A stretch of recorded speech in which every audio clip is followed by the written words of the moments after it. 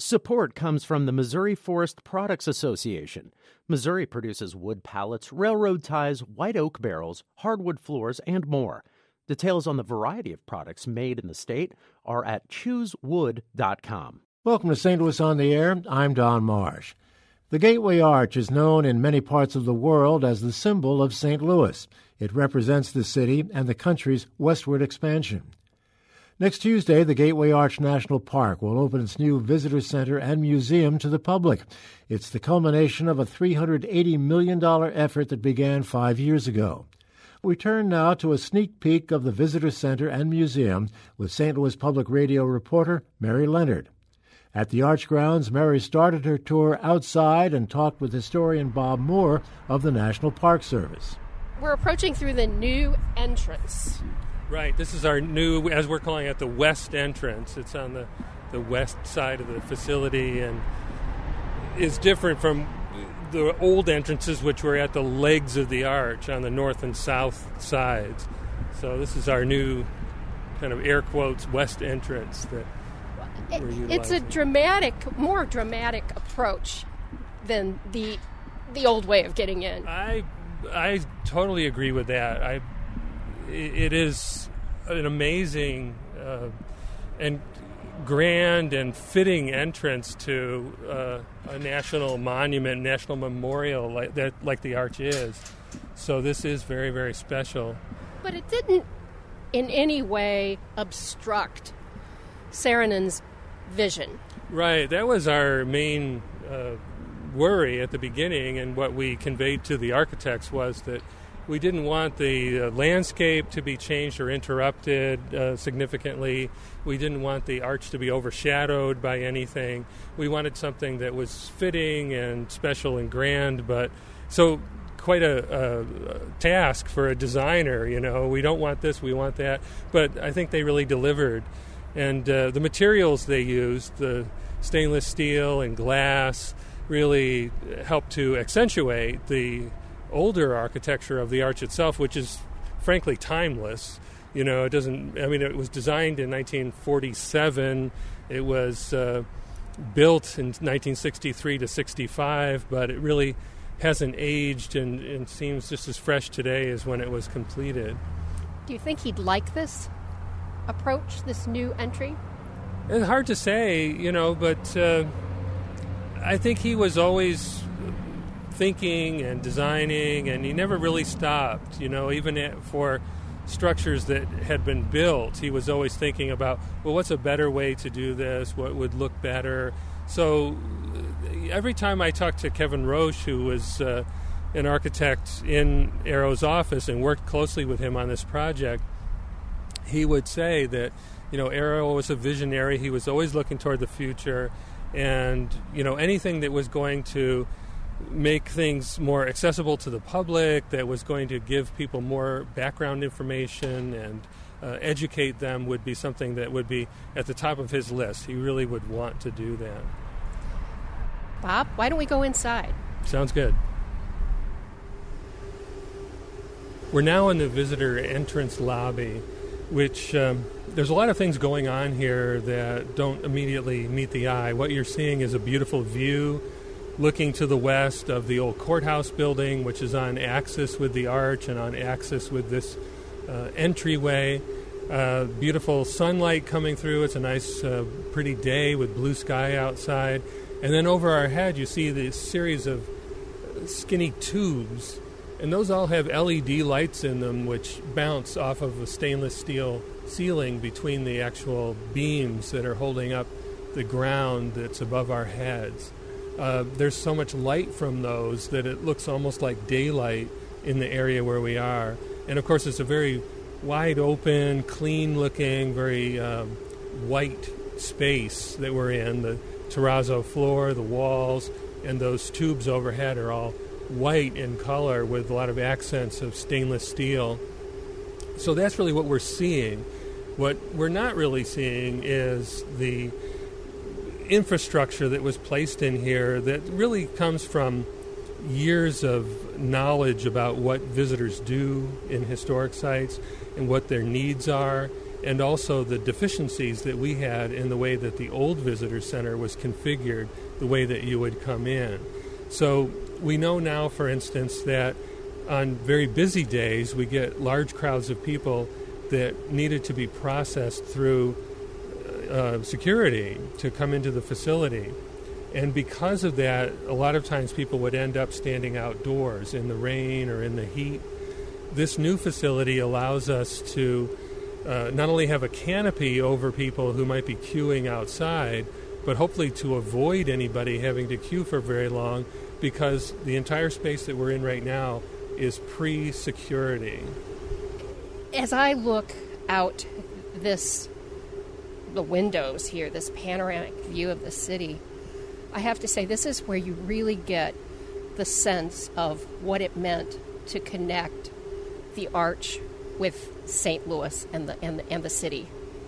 Right, yeah, I think that the architects have done us proud, not only in the facility that they created, but in the theoretical aspects of what they've done, because this does, to me, encapsulate that goal that the City Arch River Committee had from the beginning of wanting to connect the arch with the greater part of the city and downtown. And from the viewpoint of the National Park Service, you have the old courthouse and you have the arch, and they were two totally different kinds of historic monuments, but now they at least seem to be a little more connected to one another. Right, there's that visual connection now between the arch and the courthouse, so that it will probably inspire more people to go and visit the courthouse, knowing that it's part of the park and seeing it front and center as they look out through the windows. Let's go down to the next level. Okay. So this looks like an interesting floor. What do we have here?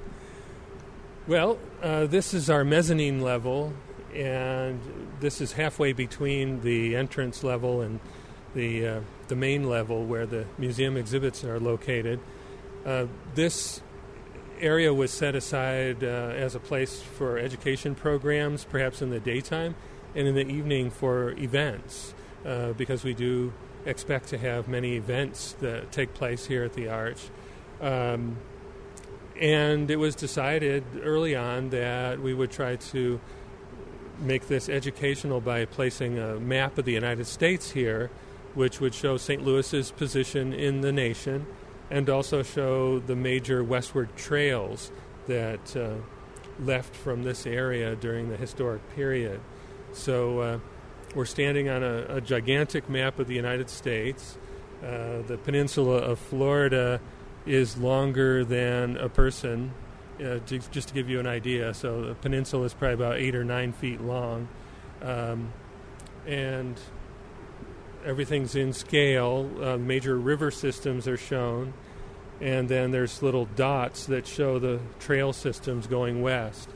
Now, all this was done in terrazzo, which a lot of people are familiar seeing in schools, hospitals, and other public buildings as a flooring material, but it's somewhat rare to see areas delineated, as was done with this, to show mountains, lakes, and rivers, and that there would be different colors of the terrazzo and stone used to give it the appearance that you see here.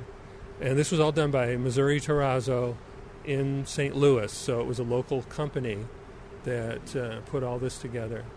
And that dot there in the center, is that us? That is us. There's a red dot in the center, and it's surrounded by a much larger yellow circle to give the idea of a sort of a radius around St. Louis of about 100 miles or so. I like the perspective. There's nothing about that dot that says flyover zone. That says we're the heart of this nation right here in the center. That is pretty impressive. I'm sure you'll have kids that'll be going down the river. Right. Well, that's what we thought, that we believe that our rangers will be able to come out and do an education program, or perhaps start a program here. And let's say they were doing a program on Lewis and Clark. They could have the kids actually follow the Lewis and Clark Trail, follow those dots going west, go up the Missouri River and go out to Oregon. Or if they were doing a trail on the, or rather a program on the the overland trails, the Oregon-bound immigrants in the 1840s and 50s.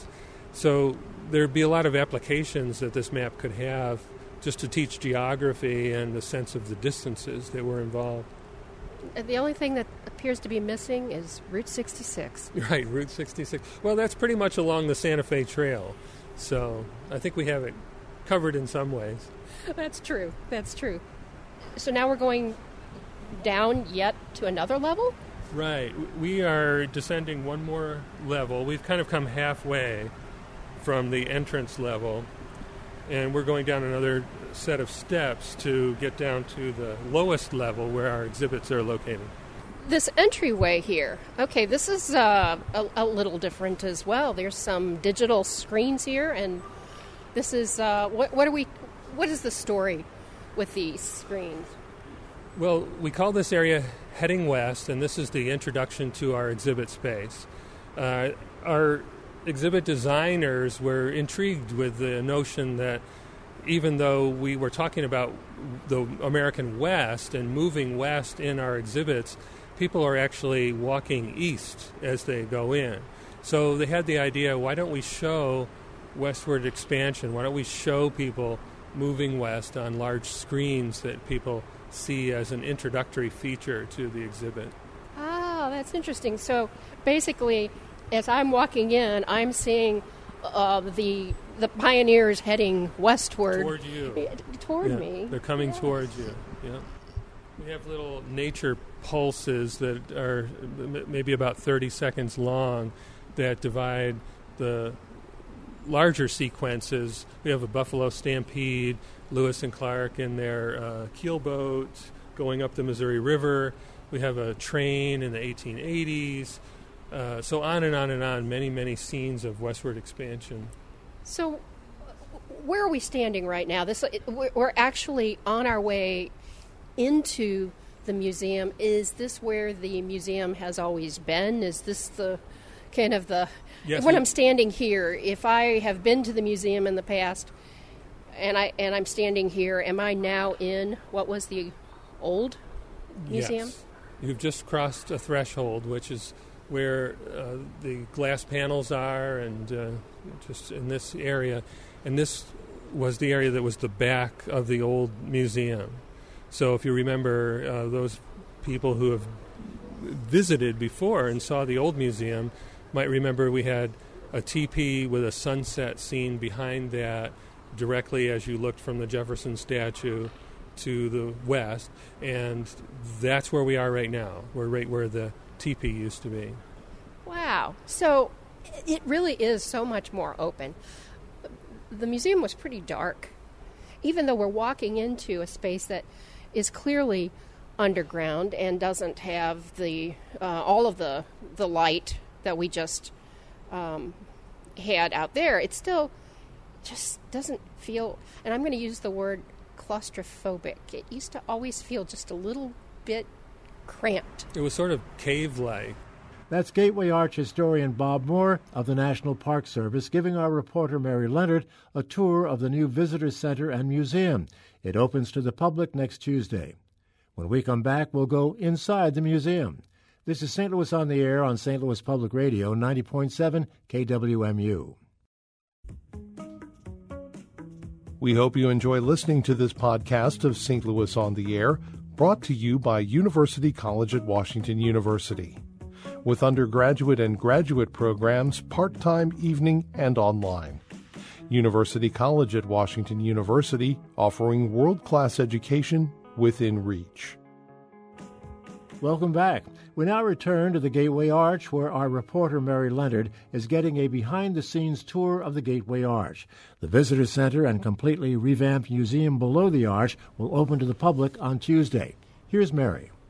So as I stand here at the entrance to the museum, is it divided up into galleries? And as a first-time visitor, where do I start?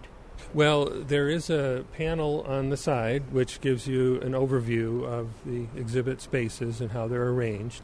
And basically, off of the hallway, we have 6 galleries, 6 different time periods that we've chosen in not just St. Louis history, but specifically the history of this plot of ground where the arch is today, the 90 acres where the arch stands, was very important in American history, and we've tried to show that importance through the items that we've gathered together for our exhibits. Before we go into the museum and begin to look at specific exhibits, talk a little bit about the whole approach to telling that story of St. Louis history, but also westward expansion history. We're going to be seeing a lot of not only different exhibits, but sort of a different approach to telling that story. Right. Our old exhibits, I always felt, were a general history of the American West. And it's almost as though you could have picked up the museum lock, stock, and barrel and put it on display anywhere in the American West. It could have been in Denver. It could have been in Kansas City. Could have been in San Francisco. What we wanted to do was to personalize it, do what in the Park Service we call place-based interpretation. So we wanted what we tell our visitors to be about this place. One thing that got me going on this idea was that I talked to our salespeople before we ever began, and they gave me a list of their top 20 selling items. And 17 of those items were all very specific to this site. It was something about the arch, something about something that happened in St. Louis.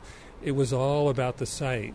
And so from that, I realized that when people come, they're perhaps eager to know a larger context for the story, but what they really want to know about is the site they've come to visit. It's almost like, if you put it in very simple terms, they walk in the door and they say, "Tell me why I came. What's important about this place? Why did you make it into a national park?" And so what we've tried to do in our exhibits is give them the answer to those questions. And what is the answer, Bob? Well, I think it's a very complex answer, really, that we are standing on a spot, or just because we're underground, below some spots that had a tremendous impact on the story of the United States. And that story dealt not only with specific incidents that happened here, but the idea of St. Louis being a literal gateway to the West, a way that people passed from east to west. And so that's the story that we've tried to tell. And so we're standing in the colonial period gallery, right, this moment, Yes, right? We're in the gallery that starts our story when French fur traders came to this spot in 1764 and began to cut down trees to create a village that would stand as a trading post and be a commercial town along the Mississippi River. And it was going to be very close to the confluence with the Missouri, which was very important for the people who were here at being French-speaking citizens now under the aegis of the government of Spain, but trying to avoid becoming part of Great Britain, which was on the other side of the river. So we have a very complex colonial history that we try to tell in this area, especially through a map-based program which leads up to the Louisiana Purchase. But most of the exhibit is about the 40 years between the founding in 1764 and the purchase in 1804, which we didn't talk about in our old museum at all. The old museum began with Thomas Jefferson and talked about Lewis and Clark, but totally skipped over the period that is told in this gallery, the story that's told here, which is about those early French-speaking residents.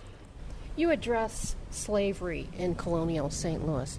If you would just talk briefly about that, because I do get that question from folks as well. Yeah, well, throughout the museum, we've tried to be as inclusive as we can. So we tell the story from many different perspectives. We talk about American Indians and how things greatly changed their lives when Europeans came here, and also African Americans who were brought here against their will and lived in these communities along the river. There was slavery in Missouri up till 1865.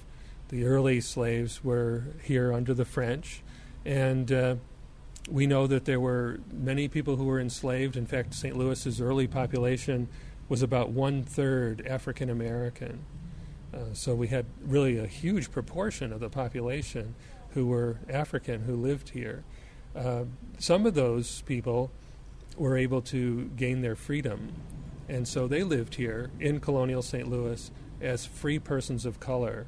And we had at least 8, sometimes 9 households of people who were African Americans living here, had their own homes, had their own businesses, and were looked at as, almost equal members of the community. Never really totally equal, unfortunately, but under the laws that existed at the time, a kind of a better shake under the French than they would get under the Americans later on. As we move through these exhibits, we're skipping into different time periods. Right, and we're going to actually go across the hallway to get to the very next time period, which is right after the Louisiana Purchase, after things changed radically here in St. Louis for the people who were living here. And I see we're giving Thomas Jefferson some of his due here. Right. Jefferson has a central role in this gallery because it was really his vision for what the West could be that gave people the concepts that were utilized as the Americans started to come into this area and to change things. Things were changed pretty radically, even overnight, for the French-speaking people who lived here.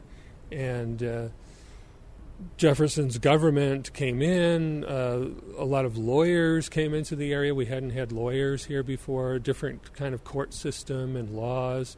So there was a lot of adjustment that had to be undergone by the people who lived here. And this central area kind of talks about Jefferson's different notions about the West, the idea of exploring and kind of quantifying what was out there, the idea of measuring and sort of imposing a grid on the land itself, which we still have today. You know, we still have the same township and range system that began with Jefferson, and sending explorers out into the West like Lewis and Clark. In his Indian relations, he had the idea, unfortunately, that Indians should be asked to leave the East and move west of the Mississippi River. It started as a suggestion. Later in time, under Andrew Jackson, it became a command and resulted in the Trail of Tears. But this is something that we cover in this part of the exhibit where we talk about these concepts and ideas that originated with Jefferson. The old museum didn't really tell that story. I don't think they told it well enough. You know, we really have, throughout this park, and this includes the old courthouse too, where the Dred Scott case took place, we really have what I call America's original sins, and we have 2 of them. One was slavery, and the other was the treatment of the American Indians.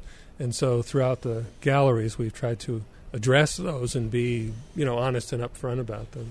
Well, tell me about the Missouri Fur Company. Well, you're looking at the long-lost old rock house, which was the last building left standing on what's now the Arch grounds back in the 1930s when they tore all the buildings down. This eventually had to come down to make way for the Arch, specifically for the train tunnels that went in front of the Arch. They had to remove the building in 1959, and so it was put in storage with the idea that someday it would be rebuilt. Basically, this is all that's left of it today. So we rebuilt the front facade of the building, the side that faced the river, at full scale, except for the gable at the very top, reusing all the old materials, and the windows and shutters were from the restoration that was done in 1943. The stones were the same ones that were used in the 1818 structure that was originally a fur trade warehouse for the Missouri Fur Company, and later was a sail loft making covers for covered wagons. Still later was a well-known saloon and night spot here in St. Louis. So if I walk through the doors of the door of the Missouri Fur Company, where am I? Well, now we have changed time periods, and we've gone ahead in time to the 1838 to 1860 period on the St. Louis riverfront, where we get a concept of the busy nature of the levee that existed here, the busy port, which was the third busiest in the United States at the time in terms of the tonnage that was passing through. That includes seaports, New York, Philadelphia, Baltimore. This was the third busiest port in the United States. And this would have been the heyday of the wagon trains heading out of right. the city? So simultaneously with this idea of steamboats coming in and being able to move goods up and down the rivers at the same pace, going up as going down, it was also a time when there were thousands of immigrants headed west over the overland trails. And a lot of them came here to St. Louis to buy the things that they needed for their trip. So we've also tried to portray that in this gallery. We're moving into a different time period. So we're going back across the hall. This time we're really not switching time periods. We're staying in the same time, but we're looking at things from a national perspective on this side. So this was the heyday of early St. Louis. It was when so many people were passing through the city. And it was also a time when the idea of manifest destiny sort of possessed Americans, and they felt that they had the God-given right to move out into the West, to relocate American Indians, to fight a war with Mexico that many people thought was an illegal and immoral war, including Abraham Lincoln and Ulysses Grant, for two, who were much opposed to the Mexican War, even though Grant fought in it. And so in this area, we try to tell these stories from multiple perspectives. So we've got the perspective of the westward bound immigrants. We've got the perspective of the Mexicans and their thoughts about the war that was fought. And we've also got the perspective of American Indians whose lands were being crossed and kind of despoiled by all the wagon trains and then taken away from them if they were tribes from the Pacific Northwest. What is that sound we're hearing? Throughout the exhibits, they've created a series of soundscapes to try to add another dimension to the stories that are being told. So we're in the middle of a thunderstorm on the Great Plains right now as we're walking along, trudging along, perhaps beside our covered wagon through the mud that's being made by all the rain that's coming down. Did you consult with, say, the Native American historians? Absolutely. Yeah, we consulted with a whole host of historians on all the things that we're talking about in the exhibits. And in particular, we had a wonderful cadre of Native people from several different tribes who we consulted with throughout the process. And how does that work? I mean, I would imagine there's some real push and pull in terms of telling a story like that. Well, I think so, but I think, our goal all throughout was to try to tell multiple perspectives. So that didn't really enter into it where we would say, well, we don't subscribe to that perspective or we don't look at it that way. Well, everybody looks at it differently, and we've tried to show those different points of view. And now, is this, we're walking into the final gallery? We're walking across the hall into the sixth of our 6 galleries. And this one is about the construction of the arch.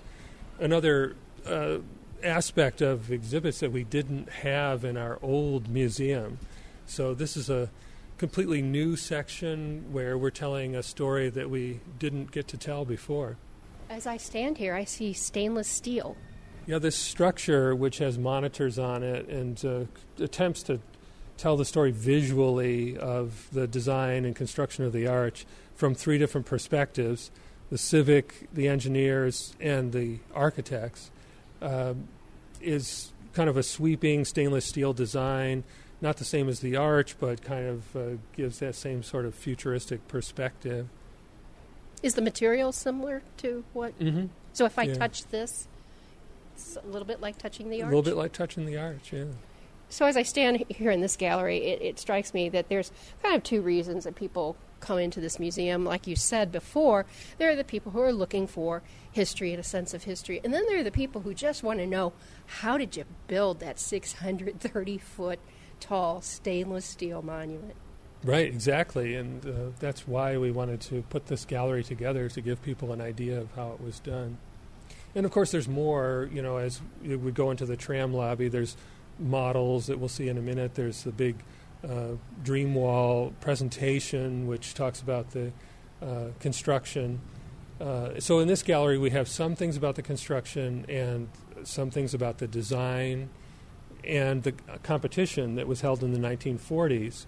And we also talk about the buildings that were torn down on the riverfront. There's an area that's at the very beginning of the gallery that has photographs of the buildings that were torn down. I think it's always really fun to look at some of the entries for the design competition. Just in a nutshell, explain that design competition and how this worked. We just didn't wake up one day and say in St. Louis we're going to build an arch. Right. Well, the riverfront was cleared in 1939 to 1942 in anticipation that there would be a monument to westward expansion here in St. Louis. But the war intervened, World War II. There was no money available, and they waited until after the war. In 1947, an architectural competition was run to try to decide what the memorial would look like, and they got 172 entries from across the country. That was whittled down to 5 semifinalists, one of them being the arch, and eventually the jury unanimously chose the arch in 1948 as the actual design that would go forward.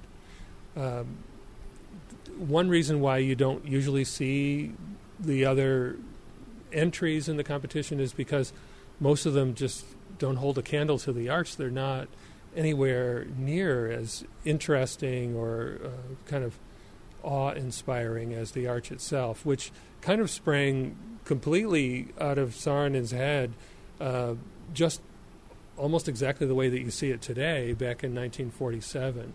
So his original design, his idea, is what moved forward throughout the years, and what, with a lot of refinements, a lot of tweaks, a lot of changes, was actually built. You also pay homage to the guys that built the arch, actually physically went out and put that stainless steel together. Right. We have a display just behind us here of some of the tools that they used, and one of the original hard hats that one of the guys wore. And then there's 4 oral histories that will be on the audio sticks that you see here, with 4 different workers who helped to build the arch. You've had some folks getting some peeks. What is the general thought of people who have come in and gotten a peek at what you're doing here? Well, I haven't heard any negative comments yet, so I'm waiting for that. I don't think we're going to get any. Everybody's been very, very positive about the experience, about what they're seeing, about the entire new look and feel of the arch, and what a visit will be like, which will be, I think, much more pleasant, much more efficient, much more educational than what a visit would have been a few years ago. You know, people who have been, older folks who remember the arch being built, and I happen to be one of them.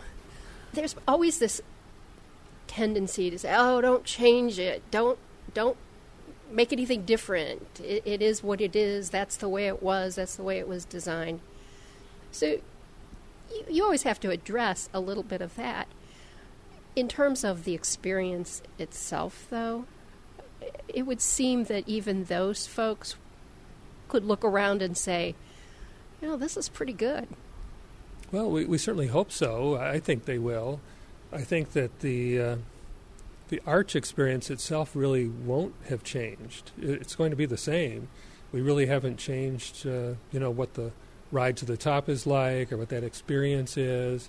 We want everybody to exit at the legs of the arch so that they get a chance to sort of be up close with the arch, to be able to touch it, feel like they're part of it, so that experience will stay the same.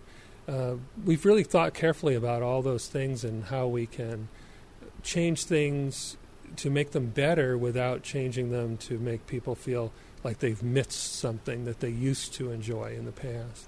It's always a pleasure to come out here and spend a part of my day learning some arch history from you. Thank you so much. Thank you.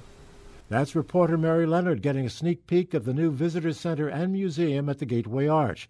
The grand reopening celebration is Tuesday. To see photos, visit stlpublicradio.org. This is St. Louis on the Air on St. Louis Public Radio, 90.7 KWMU.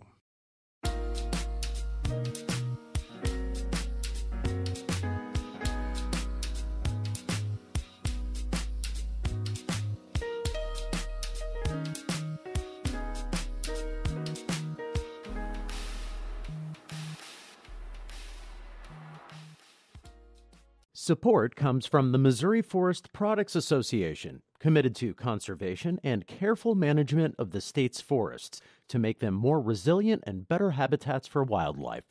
ChooseWood.com.